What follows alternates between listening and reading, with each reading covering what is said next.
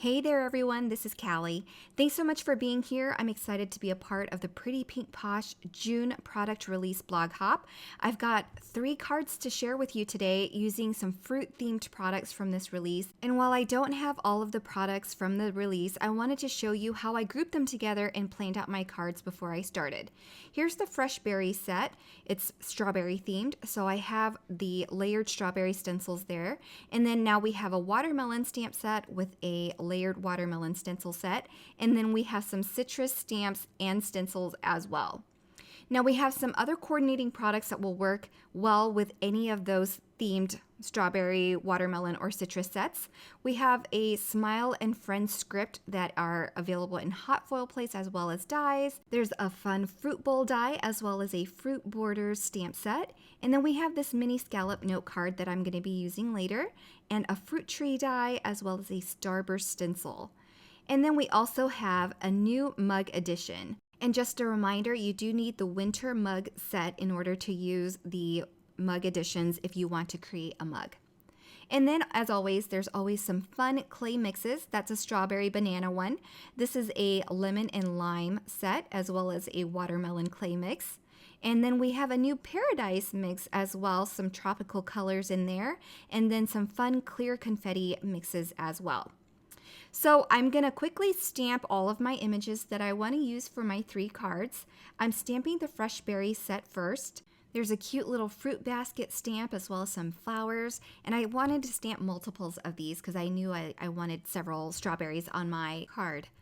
And then moving on to the watermelon set, I just stamped what was available on those mini stamp sets. So the fresh berry set is a 4x6 set, and the smaller ones are 2x3, I believe.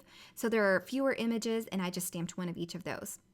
So I'm going to quickly color these strawberry images. I'm going to color one of each just so you can see my process, and then I will color the rest off camera. Now, if you're interested in the color combinations that I use, be sure to check out my blog where everything will be listed for you. I know that's helpful for a lot of people, and I do take my time writing all that down for you. So if you'd like that as a reference, be sure to check out the blog post. So as you can see, I'm laying down a dark color first and then using a lighter shade to blend out and going lighter as I need. And I also added a little bit of yellow green to the top of the strawberries to give it some interest and give it more realistic feel. And then on the foliage, super simple coloring. I'm just adding some darkness towards the bottom and at the center of the stems of the leaves, and then blending that out with lighter shades. And I also color the flowers in a soft pink for the little blooms. Okay, so I'll save the rest of the coloring for off camera, and we'll move right into stenciling these fun cards. All right, so we're gonna start our first card here, and I'm gonna go with the citrus theme. We have the layered citrus stencils that I'm going to start with, and we're going to use our stamp and stick mat today. This mat is going to hold my stencils and my paper in place so that it doesn't move around, and it has some nice grid lines on the mat as well to help me line up my stencil perfectly inside that black square, and there are outlines for your A2 size panel as well. These stencils are labeled A through D or whatever, depending on how many stencils there are in the layering set. And I like to just choose whatever outline first, if that makes sense, and it'll help me center the rest of the images. So I started out with the Rhinds, and all of my inks today are from Simon Says Stamps Positively Saturated Ink line. And then I'll use a lighter color for the center of my citrus. I'm using lemonade ink. And as I ink blend these lemon wedges, I'm focusing the ink around the outer edges and then blending lighter towards the center. And then I'll use the same ink for these lemon splashes on the 3rd layer, just using a heavier hand to make sure that those stand out. So I can peel this away now, and we have a nice citrus background for a card. As mentioned before, I did color the images off camera, so we have all of these images here we can use for this card, and I wanted to turn this into a lemonade card. I started first by die cutting my winter mug, so we have our mug base, and then what I can do with the new fruit mug editions is die cut the fun window in there and die cut a nice straw, and then we can use the colored and stamped images to decorate our card for a fun lemonade card. So I die cut the mug using some pink cardstock, and then I'm going to die cut the mug window using one of the window dies from the Fruit Mug Edition set, and also die cut a straw using some gold cardstock as well. I die cut a second mug just to have a backing, and I'm going to ink blend that with that lemonade ink so that our drink looks yellow for a lemonade feel. And then I also die cut that top as well and ink blended that with some yellow as well. To give our little mug some color, I'm going to ink blend that with some guava ink just to give it some shading and some additional interest. And once that's done, we can work on creating a window for this mug opening so that we can turn it into a shaker. I have some acetate here that I'm just going to fussy cut and get it to the size of that window, slightly bigger obviously, so we can adhere that to the back of this mug window.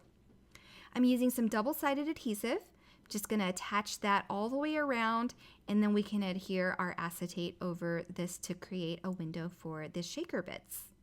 I'm adhering the top portion of our drink onto the mug, and it is a slit right there so we can adhere our straw in there before we put our shaker panel together as well.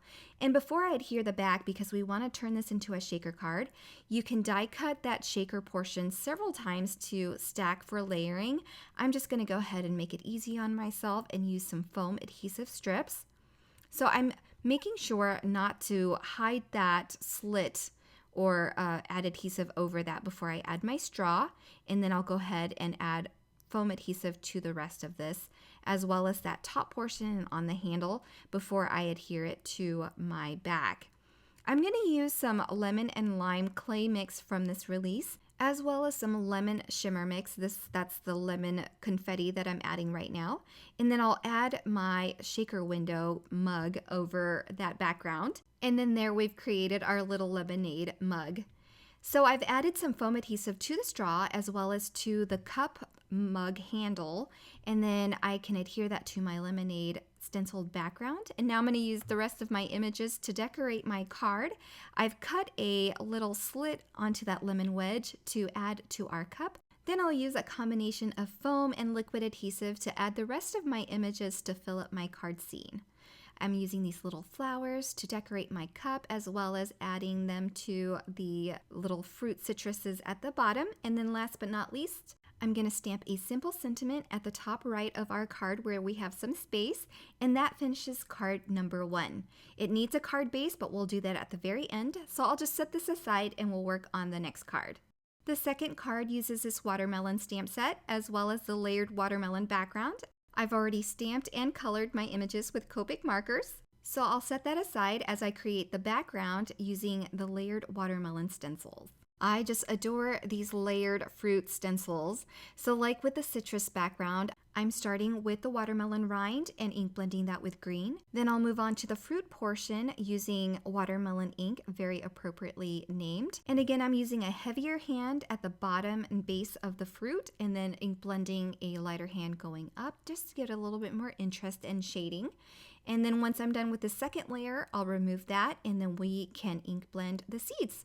I'm using charcoal ink, and you can use black ink. I just don't like to use my hybrid inks on stencils, and this dark gray color works out fine. So I hate to cut up my beautiful watermelon background, but I wanted to create a mini note card using this mini scallop card die. So I'm going to trim it up, and we are going to turn this into a little mini note card. So I have the front of the note card die cut first. So I did some partial die cutting, and then I also die cut the note card again in white. So that's going to be my card base. And I'll adhere my background onto the front of this note card. And there was another little square die that frames the front of your card perfectly. So I had clipped that off, and now I'm going to die cut that with white cardstock, and that's going to frame our note card, and I'll adhere that to the front of my card. And we'll use our watermelon images to decorate the front of that card.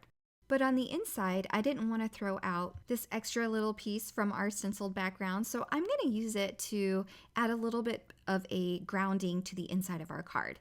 And then that extra piece, I'm just going to save it for a different card down the line. And now we have our little note card. So I'm stamping a simple sentiment at the top left of my little note card. And as you can see, I've already embossed the melon word from the stamp set and die cut that as well using the coordinating die. And I've decorated the front of my card with my images. And once I attach that melon word with some foam adhesive, my little mini note card is done. I just absolutely love those watermelon images. Okay, so that finishes card number 2. Moving on to card number 3, we're going to use the layered strawberry stencils. And like with the citrus and the watermelon, I'm concentrating the color at the bottom and blending upward. And I also use a bit of green yellowish ink at the top of my strawberries again to give it a little bit more interest and realistic feel. And then I'll use the residual ink on my red brush to add a soft layer of color for those little flower blooms for the flowers. And then I'll use that charcoal ink again for the seeds, and I'll use some orange ink for the center of those flowers on this second layer. And then for the fourth layer, we have the foliage. So I'll ink blend some light green at the top of the leaves, and then ink blend some darker green at the bottom of the leaves. And I'll use the same darker green on the strawberry stems as well. And the last layer to the stencil set is going to be on the foliage. We're going to add some stems to the leaves to give it a little bit more detail. I'm using the same darker green and just using a heavier hand for those veins. Now for this background, I wanted to use more of that fun confetti mix as well as those clay mixes. So we're going to turn this into an infinity shaker. I just love creating infinity shaker cards, especially when there's lots of fun sequences and clays from a release like this one. So I used some plastic packaging, so some cellophane. You can use some clear shaker pouches that are available now, and I'm adding some adhesive to the back. I've created an envelope basically of this clear cellophane around my background, leaving the top open so that I can add my embellishments. Before adding this strawberry banana mix to my shaker card, I'm just removing some of the banana bits because we don't need those in our card. And then I also use the strawberry shimmer mix to add to my card, as well as some lime shimmer mix to complement the colors of the background of my shaker card. And when I'm happy with the amount of mixes that I have in my shaker pouch, I'm going to go ahead and remove the backing on that last side and just seal my infinity shaker together. Now, using all of the images from the Fresh Berries set that I stamped and colored, I'm going to go ahead and arrange where I want things, and now I'm using a piece of Glad press and seal to pick it all up.